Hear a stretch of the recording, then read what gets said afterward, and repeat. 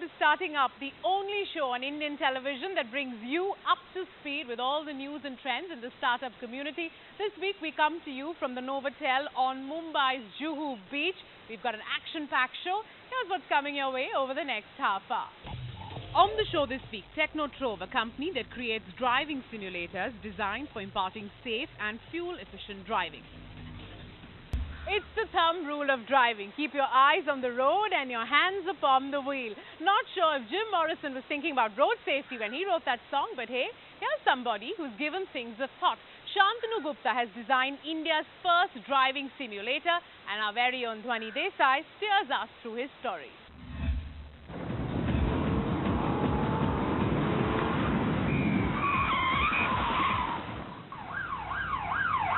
Every hour, as many as 14 people die of car accidents on Indian roads. A heart-wrenching statistic that's one of the highest across the globe.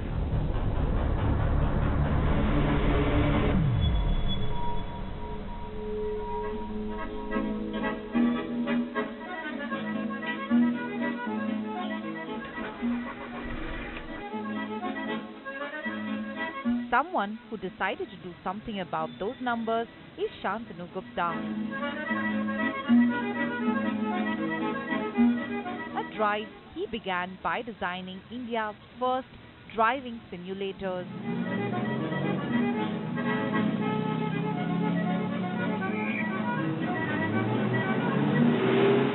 The year was 2008. His venture was put into first gear and Tecknotrove was born. The first benchmark that we had, yes, we know that simulators exist in the world, but we also know that simulators in the world are expensive equipment, which not many people can afford. So what we wanted to do is build an application which was so simple, which could run on any simple desktop computer that you and I use in our day-to-day life. This will flow into this one, and from here it will go here.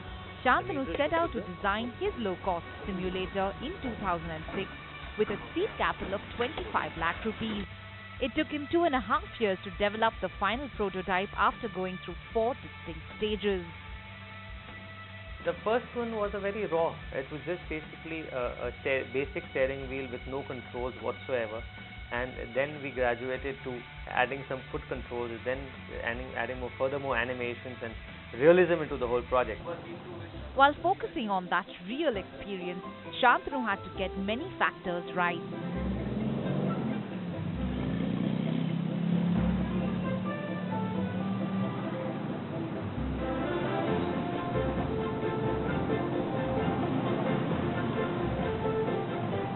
The speed on the road, the turns, the brakes, and the simulation of an accident.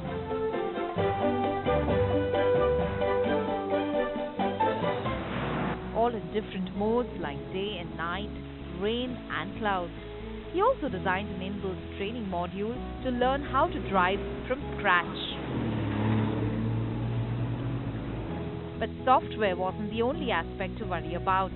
Hardware was equally important, which was different for cars, bikes, trucks and heavy vehicles.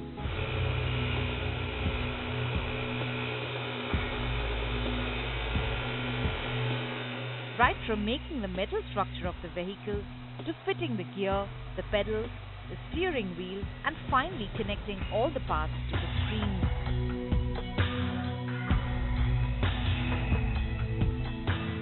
All the parts of this bike and the other vehicles are bought separately and assembled out here, a process which takes about 3 whole days. And up to 40 such simulators are produced out of this unit every month. One of their biggest customers are driving schools, which use the tool to both test their students before they hit the road and for refreshers.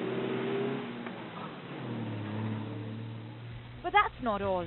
Their client list also includes logistic companies and corporates who use the simulators to train their drivers. Well, this is my first time on a bike. Let's see how it works then.